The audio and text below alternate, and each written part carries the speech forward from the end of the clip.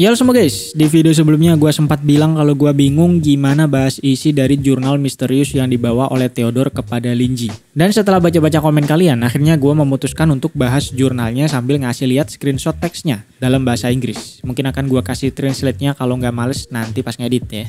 Nah tapi ada satu hal yang perlu kalian perhatikan dan cukup penting berkaitan dengan jurnal ini dari perspektif si Linji. Jadi di sini kita tahu bahwa isi dari jurnalnya ini adalah bahasa misterius yang bukan berasal dari Azir. Karena dari sudut pandang si Theodore yang merupakan orang asli dunia situ, dia itu nggak bisa baca isi jurnalnya. Tapi di ending video sebelumnya sudah dijelaskan bahwa Linji itu bisa membaca isi jurnalnya dengan sangat gampang. Jadi apakah jurnal ini berasal dari bumi? Nah, namun sebenarnya ini masih belum bisa menjadi bukti kalau jurnalnya itu dari bumi hanya karena Linji bisa baca isinya. Karena Linji itu harusnya punya kemampuan auto translate dari si Blackie. Jadi sejak awal setelah terisekai sebenarnya bahasa Nuojin itu otomatis ke translate jadi bahasa Cina atau mungkin bahasa Inggris atau apapun itulah. Yang pasti Linji langsung bisa ngerti dan bisa komunikasi secara lancar dengan orang-orang di Nuojin tanpa harus belajar bahasa situ. Jadi singkatnya kalau Linji itu bisa baca jurnalnya itu masih belum membuktikan kalau jurnal ini berasal dari bumi. Karena bisa aja isinya ini ke-translate otomatis oleh kemampuan si Linji. Makanya dari sudut pandang kita sebagai pembaca, sebenarnya ya kita sudah bisa menebak lah ya kalau jurnal ini sepertinya dari bumi. Tapi dari sudut pandang si Linji sendiri, dia itu masih belum sadar kalau ada yang aneh dari jurnal tersebut. Karena isi dari jurnal ini ya harusnya sama kayak sehari-harinya dia, sama kayak mungkin baca berita di internet atau baca buku dari Nuojin. Jadi bahasa yang dipakai juga harusnya sama kayak jurnal tersebut. Gak ada yang aneh sama sekali. Nah itu hal yang perlu diperhatikan ya. Mungkin buat kalian yang juga baca novelnya itu bingung pas Linji baca jurnalnya kenapa dia gak terlalu kaget, kenapa dia biasa aja. Menurutku karena hal ini. Oke, tapi sebelum lanjut seperti biasa kita intro dulu guys. Udah lama gak intro. Jangan lupa like dan subscribe. Bisa traktir kopi juga di deskripsi. Terima kasih buat Sultan-Sultan yang sudah traktir hari ini. Selamat menonton and let's begin the story.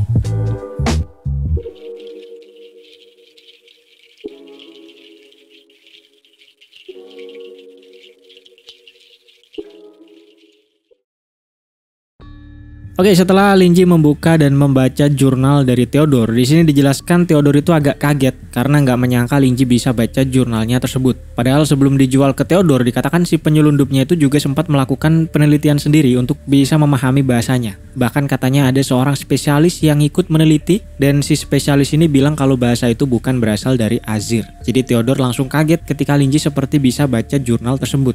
Nah lalu isi dari jurnalnya ini cukup panjang dan bisa dibilang ada dua bagian utama. Yang pertama ada bagian yang berisi tentang penelitian sebuah tulisan-tulisan. Dan tulisan yang diteliti ini adalah bahasa dari Azir. Jadi si pemilik jurnal ini intinya menemukan sesuatu yang ada bahasa dari Azir. Dan karena bahasa ini tidak dia kenali, jadi dia pun meneliti bahasa tersebut. Makanya Theodore kemarin bilang ada beberapa kata basic dari bahasa Azir yang dia mengerti di jurnal tersebut. Tapi tulisannya ini jelek seperti seorang anak yang lagi belajar nulis. Karena kan memang si pemilik jurnal ini nggak ngerti bahasa Azir dan baru mau dia pelajari. Nah baru di sekitar bahasa Azir ini ada coretan-coretan dari bahasa asli si penulis yang Theodore nggak paham sama sekali. Karena ya sudah bisa kita tebak ya, si pemilik jurnal ini sepertinya berasal dari bumi dan coretan dia di jurnal itu adalah bahasa dari bumi yang akan dijelaskan lebih lanjut setelah ini. Lalu selain bagian penelitian bahasa Azir ini, di jurnalnya juga ada catatan harian dari si penulis atau diary si penulis yang akan gue jelaskan dengan cukup detail di sini. Karena gue pikir banyak hal yang nggak enak kalau dilewati. Jadi bagian diary ini akan gue bahas yang mana formatnya adalah tanggal sekian, bulan sekian, lalu curhatan si penulis. Nah oke, kita langsung masuk ke teks yang pertama. Nah di sini nggak ada tanggalnya yang menceritakan kalau si pemilik jurnal ini ada di sebuah ekspedisi penelitian yang meneliti tulisan di sebuah relik dan beberapa catatannya sudah dikirim ke Research Institute untuk diteliti dan menunggu hasil katanya. Lalu pemilik jurnal ini juga bilang kalau mulai saat itu dia akan nulis di jurnal miliknya tersebut tentang apa-apa saja yang dialami atau dirasakan saat penelitian. Karena dia disuruh sama Profesor Lin, yaitu seorang sepuh yang punya pengalaman panjang di bidang arkeologi dan sepertinya menjadi pemimpin ekspedisi mereka tersebut. Nah, Profesor Lin ini nyuruh bikin jurnal karena dikatakan ada seseorang di tim mereka yang bernama Wang yang tiba-tiba histerikal dan melupakan semua yang dia alami saat ekspedisi. Jadi mereka disuruh nulis jurnal untuk menjaga psikologi mereka sekaligus untuk dokumentasi. Jadi kalau mereka lupa kayak si Wang, masih ada data-data dari jurnal yang mereka tulis. Yaitu teks yang pertama. Dimana di sini pasti kalian menyadari ada sebuah nama yang sangat familiar, yaitu Profesor Lin. Nah, siapakah Profesor Lin ini? Kita lanjut dulu guys. Nah, kemudian tanggal 20 Maret, di mana cuaca cerah. Tim mereka ini mau berangkat ke ekspedisi kedua yang lokasinya ini turun 120 meter. Jadi mungkin kayak sebuah situs galian gitu ya. Dan ada fosil bangunan yang sudah terkubur. Jadi di sini si penulis bilang mereka berjalan di bekas-bekas tembok. Karena tembok fosil bangunan ini sudah rubuh. Makanya medan mereka berjalan ini ada di atas tembok. Sebelum kemudian mereka nemu jalan lagi. Kemudian si penulis juga bilang kalau ada beberapa karakter atau tulisan yang dia catat tapi belum lengkap dan perlu hasil sampel yang lain. Lalu setelah teks kedua ini ada banyak halaman di jurnal yang hilang sehingga halaman selanjutnya langsung lompat ke tanggal 27 di mana cuaca juga cerah katanya. Di sini tim mereka dikasih tahu kalau harus stop dulu karena tim engineer yang bagian ngeruk itu bilang kalau lokasinya berbahaya dan bisa terjadi longsor. Jadi tim si penulis ini harus stop dan menunggu kabar dari tim engineer. Nah baru besoknya tanggal 28 Maret tim engineer yang ngeruk ini katanya menemukan sebuah gerbang. Sayangnya kemudian lagi-lagi jurnalnya ini tidak terbaca karena sisa tulisannya ini banyak ketutup bercak darah dan setelah itu juga ada halaman yang hilang. Lalu lompat 3 hari ke 31 Maret dan sedang hujan. Dari yang sebelumnya cerah terus sekarang hujan. Nah mereka menemukan sebuah tempat seperti istana dan ada plaza atau mungkin kayak halaman luas gitu ya. Yang mana arsitekturnya ini tidak pernah mereka lihat sebelumnya. Selain itu hujan juga sangat deras sehingga menyulitkan pekerjaan mereka. Lalu dikatakan airnya ini merembes dari atas dan membawa lumpur. Jadi di sini gua menyimpulkan mungkin mereka ini ada di bawah tanah, masuk ke sebuah gerbang yang sebelumnya disinggung. Kemudian mereka tidak menemukan pilar-pilar yang besar, katanya, yang mungkin biasanya ada di struktur sebuah istana ya. Makanya ahli arsitektur mereka di sini agak emosi ketika dikatakan mereka nggak nemu pilar-pilar tersebut. Nah kemudian tanggal 1 April yang masih hujan. Mereka berhasil membuka sebuah mekanisme dari sentral plasanya yang ternyata adalah sebuah tunnel atau terowongan. Lalu Profesor Lin dan Profesor Zhang dikatakan memutuskan untuk mengeksplor lebih jauh, sepertinya akan masuk ke terowongan tersebut. Kemudian dijelaskan kalau ternyata Profesor Lin dan Profesor Zhang ini adalah pasangan suami istri yang sudah 2 tahun menikah. Nah lompat 5 hari ke tanggal 6 April dan masih hujan. Mereka ini menemukan dunia lain di bawah terowongan tersebut. Bahkan sampai membuat si penulis sangat excited karena menemukan peradaban yang tidak dikenal. Termasuk Profesor Lin, dimana di sini dijelaskan kalau dialah yang ternyata memulai ekspedisi tersebut. Jadi tentunya ia juga sangat bersemangat menemukan peradaban baru. Tapi di sisi lain ternyata Profesor Zhang ini justru terlihat khawatir, kata si penulis. Nah, pertama tidak dijelaskan tempat apa yang mereka temukan ini. Lalu kedua, gue malah makin bingung posisi mereka ini seperti apa. Karena ketika sebelumnya tadi dikatakan mereka masuk ke terowongan, kenapa keterangannya masih hujan gitu ya? Apakah mereka sudah keluar dari terowongan atau di dalam terowongan bisa hujan atau gimana? Di sini agak membingungkan mulai. Tapi besoknya tanggal 7 April dan masih hujan, pemilik jurnal menemukan sebuah buku yang isinya bahasa tidak dikenal, sehingga menambah bahan penelitian mereka secara signifikan. Dan si penulis ini sangat tidak sabar untuk mencoba meneliti bahasa tersebut, yang di sini gue menduga mungkin buku dengan bahasa Azir. Nah 8 hari kemudian, 15 April, masih hujan juga. Cukup aneh ya, gue makin bingung posisi mereka ini ada di mana sebenarnya. Tapi dikatakan pengerukan mereka ini tidak berjalan lancar, karena hujan deras terus turun selama sebulan terakhir, dan tim penelitian mereka juga tinggal setengah karena luka atau meninggal. Semuanya terasa asing dan bahaya ada di mana-mana. Si penulis juga bisa merasakan ada seseorang yang terus mengintai mereka dari kegelapan. Bahkan katanya dia bisa merasakan nafas orang ini di depan mukanya sendiri. Tapi di sisi lain, Profesor Lin masih terus menyemangati dan bilang kalau mereka nanti akan dikenang seperti Columbus karena menemukan peradaban baru. Namun sayangnya dikatakan kemarin jalan masuk mereka sudah tertutup oleh longsoran. Yang lagi-lagi membuat gua bingung di sini posisi mereka ini ada di mana. Karena seperti mengindikasikan ada di bawah tanah, tapi si penulis masih bilang kalau cuacanya sedang hujan. Nah, kemarin juga setelah tertutupnya jalan masuk mereka karena longsoran, dikatakan ada satu wanita di dalam tim mereka yang tiba-tiba histerikal dan bertingkah aneh, di mana dia ngomong gak jelas, berusaha menghalangi jalan mereka, lalu melukai diri sendiri, bahkan benturin diri sendiri sampai matot. Intinya gejala tidak waras. Setelah itu si penulis bilang dia melihat Old Wu atau Pak Tua Wu yang tidak dijelaskan siapa. Tapi katanya Old Wu ini ada di samping si wanita dengan mulut yang menganga lebar menghadap ke si penulis. Nah sampai sini isi jurnalnya itu mulai horor dan agak membingungkan, tapi memang seperti itu dan nanti akan dibahas juga sama si Linji. Nah 5 hari kemudian 20 April dan masih hujan. Si penulis katanya tiba-tiba bisa mengerti bahasa misterius yang dia temukan sebelumnya. Sehingga ia pun mempelajari bahasa ini semalaman di dalam tenda. Tapi ketika hasil penelitiannya ini ditunjukkan ke rekan-rekannya, katanya tidak ada dari mereka yang ngerti dan malah mengatakan kalau si penulis ini lagi bikin jimat. Tapi di sisi lain si penulis tidak menyalahkan mereka karena merasa dirinya ini sudah menjadi bagian dari dunia lain katanya. Nah, 3 hari kemudian 23 April dan masih hujan. Jurnal milik si penulis ini terkena hujan, jadi banyak halaman yang rusak sehingga membuat si penulis kecewa karena dia tidak punya kertas tambahan lagi untuk menulis ulang halaman yang rusak. Tapi anehnya dia sendiri juga tidak ingat apa yang dia tulis di halaman yang hilang tersebut. Bahkan dia juga nggak ingat sebelumnya dia sarapan apa. Jadi sama seperti si Wang ya yang disinggung di awal jurnal tadi yang juga hilang ingatan. Tapi si penulis ini menduga sepertinya karena tekanan pekerjaan yang begitu lama membuat dia tidak bisa men-track waktu dan membuat ingatannya memudar. Lalu Profesor Zhang kemudian bilang kepada si penulis untuk santai saja. Setelah itu si penulis menceritakan kalau Profesor Zhang itu sebelumnya adalah murid Profesor Lin yang juga merupakan seorang psikologis. Nah, seminggu kemudian 30 April dan masih hujan juga. Di sini tim mereka cuma sisa 5 orang, sepertinya yang lain sudah gugur ya. Dan 5 orang ini adalah Profesor Lin, Profesor Zhang, Xiao Yiwen yang si penulis ini nggak kenal dekat. Lalu ada murid Profesor Lin yang bernama Duan Xuemin. Dan yang terakhir si pemilik jurnal ini sendiri yang belum tahu siapa namanya. Nah, lalu dikatakan si Xiao Yiwen itu kondisinya cukup parah. Tubuhnya mengalami luka serius karena dicaplok oleh sesuatu yang tidak dijelaskan sesuatu ini apa. Apakah hewan atau sesuatu makhluk. Sehingga membuat si Yiwen kehilangan banyak darah dan mengalami demam tinggi. Selain itu si Yiwen juga menjadi agak geser. Jadi dia kadang ngomong sendiri nggak jelas, tapi menariknya omongan Yiwen ini bisa dimengerti oleh si penulis. Nah, apakah omongan nggak jelas dari si Yiwen ini adalah bahasa dari bumi? Ataukah bahasa misterius yang mereka teliti ya? Karena kan sebelumnya si penulis ini bilang kalau dia sudah bisa mengerti bahasa misterius tersebut. Yang kita duga kalau bahasa ini adalah bahasa Azir. Nah, kemudian ketika si penulis lagi jagain si Yiwen pada malam hari, Yiwen itu sempat cerita ke si penulis tentang masa lalunya ketika bermain di gereja. Lalu dia juga bilang kalau Bible yang dia bawa sudah hilang, sehingga si penulis akhirnya tahu kalau Yiwen ini Kristen. Lalu pas tengah malam, Yiwen tiba-tiba melotot dan bilang, God telah datang.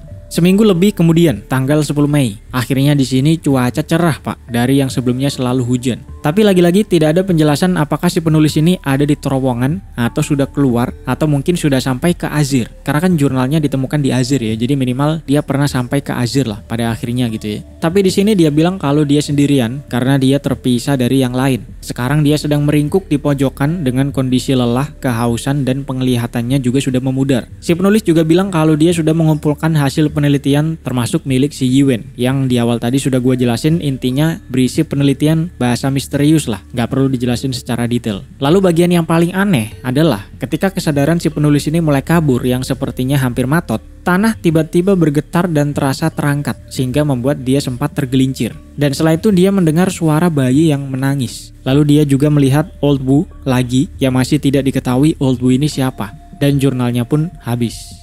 Nah, mungkin kalau kalian bingung pas baca ini, itu sangat wajar karena memang dibikin untuk bingung dan akan menjadi misteri yang akan terungkap seiring berjalannya cerita nanti. Baik dari posisi mereka sebenarnya ada di mana, lalu gangguan apa yang mereka alami, itu memang diniatkan untuk menjadi sebuah misteri. Tapi ada beberapa hal aja yang perlu kalian ingat karena akan menjadi sesuatu yang sangat penting nantinya. Jadi kalau kalian lupa akan sangat mengurangi keseruan nantinya. Yaitu bagian yang paling terakhir tadi, termasuk tanah yang tiba-tiba bergetar naik, munculnya si Old Wu, dan ada suara bayi yang menangis. Ini nanti akan menjadi hal yang sangat gong di akhir novel. Jadi mending kalian ingat-ingat aja bagian terakhir tadi karena keseruan akan sangat berkurang kalau misal kalian lupa dan akan diungkap nantinya. Oke, di sini kita kemudian masuk ke POV-nya si Lin Ji yang sama-sama bingung ketika baca isi dari jurnalnya tersebut. Tapi di sini gua bakal jelasin satu persatu bingungnya Lin Ji ini apa aja. Yang paling penting, Lin Ji itu bingung apakah si pemilik jurnal ini waras atau memang sudah agak geser. Seperti seseorang yang bernama Wang yang disinggung di awal jurnal tadi. Di mana Wang tiba-tiba histerikal dan melupakan semua yang terjadi ketika penelitian. Makanya Profesor Lin menyuruh timnya untuk membuat jurnal. Nah, Lin Ji ini bingung apakah si pemilik jurnal ini masih waras atau agak geser seperti si Wang. Karena keanehan itu mulai terjadi pas tanggal 28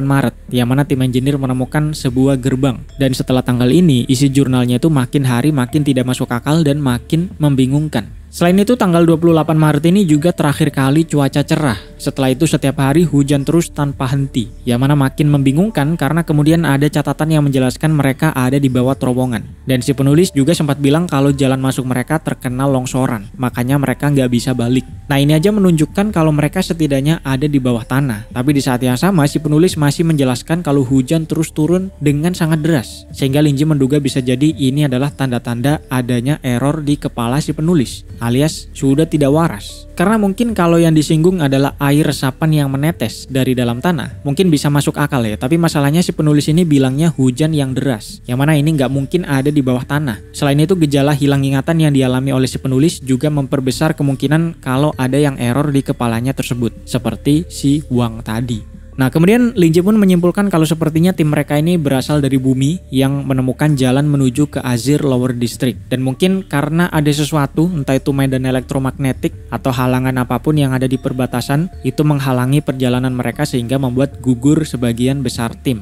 Tapi anehnya ketika di bumi, Lin Ji itu tidak pernah mendengar ada berita tentang penemuan dunia baru atau semacamnya ini. Jadi Lin Ji menduga sepertinya pihak mereka menutupi ekspedisi ini ketika tahu semua timnya tidak ada yang kembali dengan selamat. Nah, kemudian tentang Bible milik Xiao Yiwen yang sempat hilang di perjalanan yang diceritakan kepada si penulis jurnal ya. Lin Ji pun akhirnya paham sepertinya Bible ini telah ditemukan oleh Fire Sword, sehingga terciptalah Fire Sword yang menggunakan nama-nama angel sebagai pemimpin mereka karena terinspirasi dari Bible milik si Yiwen tersebut, yang membuat si Lin Ji tempo hari bisa menebak semua nama founder Fire Sword meskipun Michael sangat percaya diri bahwa tidak ada yang tahu kode nama selain foundernya sendiri. Lalu selain beberapa hal tadi, ada banyak hal yang masih belum Lin Ji mengerti. Contohnya seperti sesuatu apa atau makhluk apa yang mencaplok Xiao Yiwen di tanggal 30 April. Lalu sebenarnya apa yang terjadi di akhir jurnal ketika si penulis mendengar suara bayi yang menangis. Dan juga bagaimana nasib sisa tim yang terpisah dari si penulis, yaitu Profesor Lin, Profesor Zhang, Duan Xuemin, dan Xiao Yiwen. Bagaimana nasib mereka ini, apakah mereka berhasil kembali ke bumi atau juga meninggoy. Itu masih membuat Lin Ji penasaran.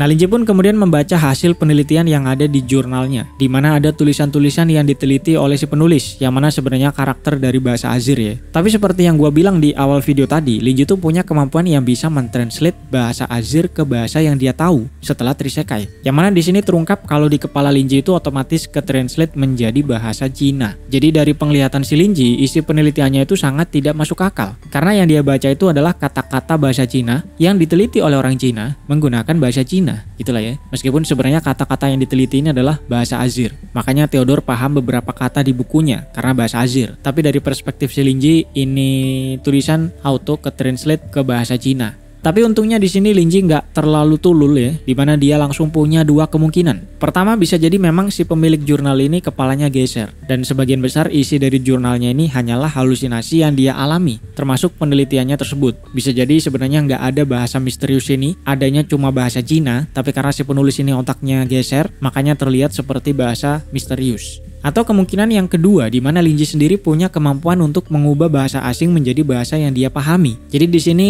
Lin Ji pun sadar kalau bisa jadi dia punya kemampuan tersebut yang diberikan oleh si Blackie ketika dia terisekai. Nah, dugaan yang kedua ini rupanya langsung dikonfirmasi oleh si Blackie, di mana Blackie tiba-tiba muncul di rak buku di belakang Theodore, lalu nyapa si Lin Ji dengan melambaikan tangan dan ngangguk-ngangguk. Sehingga Lin Ji pun menduga kalau Blackie ini mengkonfirmasi dugaan si Lin Ji kalau memang dia punya kemampuan auto translate yang diberikan oleh si Blackie. Dan setelah tahu hal ini, Lin Ji pun ikut ngangguk ke si Blackie dan cukup merasa berterima kasih kepada si Blackie. Karena tidak bisa dibayangkan kalau misal Lin Ji ini terisekai dengan tidak bisa berkomunikasi dengan orang Nujin. Bisa jadi Lin Ji akan susah jual buku dan mati kelaparan ketika pertama kali terisekai. Apalagi kalau diingat-ingat, semua buku dari bumi yang dijual oleh Lin Ji kepada orang Nujin itu bisa dipahami juga oleh orang Nujin. Artinya Blackie juga mentranslate isi bukunya ke bahasa yang mereka mengerti. Alhasil Lin Ji pun di sini makin kagum dengan si Blackie dan senyum-senyum ke arah Blackie. Yang mana setelah itu Lin Ji menyadari kalau tubuh Blackie ini kelihatan lebih gemuk daripada biasanya.